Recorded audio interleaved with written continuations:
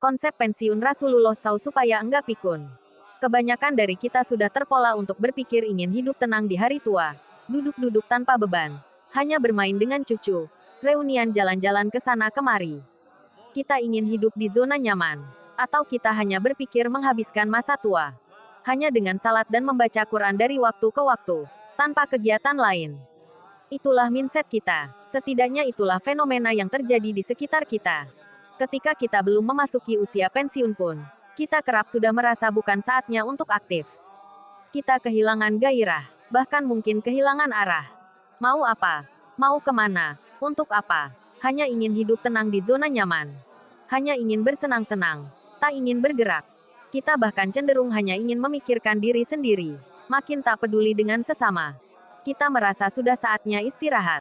Bukankah begitu? Seperti itu pula dulu saya berpikir. Sebenarnya, adakah Islam mengajarkan pola pikir semacam itu tentang hari tua?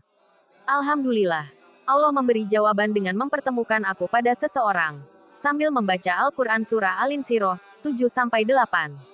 Maka apabila engkau sudah selesai mengerjakan satu urusan, maka kerjakanlah dengan sungguh-sungguh urusan yang lain. Dan kepada Tuhanmulah hendaknya kamu berharap. Lalu saya teringat, kitab Sirah Nabawiyah. Rasulullah memulai asteris hidup baru di usia 40 tahun. Demikian pula sahabat-sahabat beliau, seperti Abu Bakar Siddiq yang lebih muda 2 tahun 6 bulan dibanding Rasulullah. Di usia itu, Rasulullah dan para sahabat memasuki perjuangan baru, meninggalkan kenyamanan yang selama ini mereka rasakan. Harta mereka infakkan, martabat manusia mereka perjuangkan. Bukannya bersantai dan stagnan, tapi mereka makin aktif dan dinamis. Di usia tua Rasulullah tidak sibuk dengan salat dan membaca Al-Quran saja. Mulai usia 53 tahun justru beliau makin aktif membina hubungan dengan sesama manusia. Membangun masyarakat Madani Civil Society di Madinah. Tidak hanya hubungan dengan Allah, tapi juga hubungan dengan manusia. Beliau makin bermasyarakat, makin terlibat dalam kehidupan sosial. Artinya, memasuki usia pensiun bukan alasan kita untuk melepaskan diri dari kehidupan sosial dan hanya sibuk dengan diri sendiri. Hingga akhir hayat, Rasulullah tidak pernah diam dan tidak juga ingin beristirahat. Beliau juga tidak meninggal dalam keadaan kaya, tidak juga dalam keadaan pensiun karena beliau tetap memimpin umatnya. Pensiun beliau adalah kematian. Begitu juga sahabat-sahabat Rasulullah yang lain. Mereka pensiunnya setelah wafat Abu Bakar, Umar bin Khattab, Utsman bin Affan, Ali bin Abi Thalib, contohnya. Bahkan Abu Ayyub Al-Ansari berangkat berperang menghadapi Bizantium pada usia 93 tahun. Konsep pensiun yang umum dipahami masyarakat membuat kita lupa bahwa bertambah usia itu berarti kesempatan hidup kita makin berkurang. Manusia sukses versi Islam itu menurut hadis adalah, manusia terbaik di antaramu adalah yang paling bermanfaat bagi manusia lain.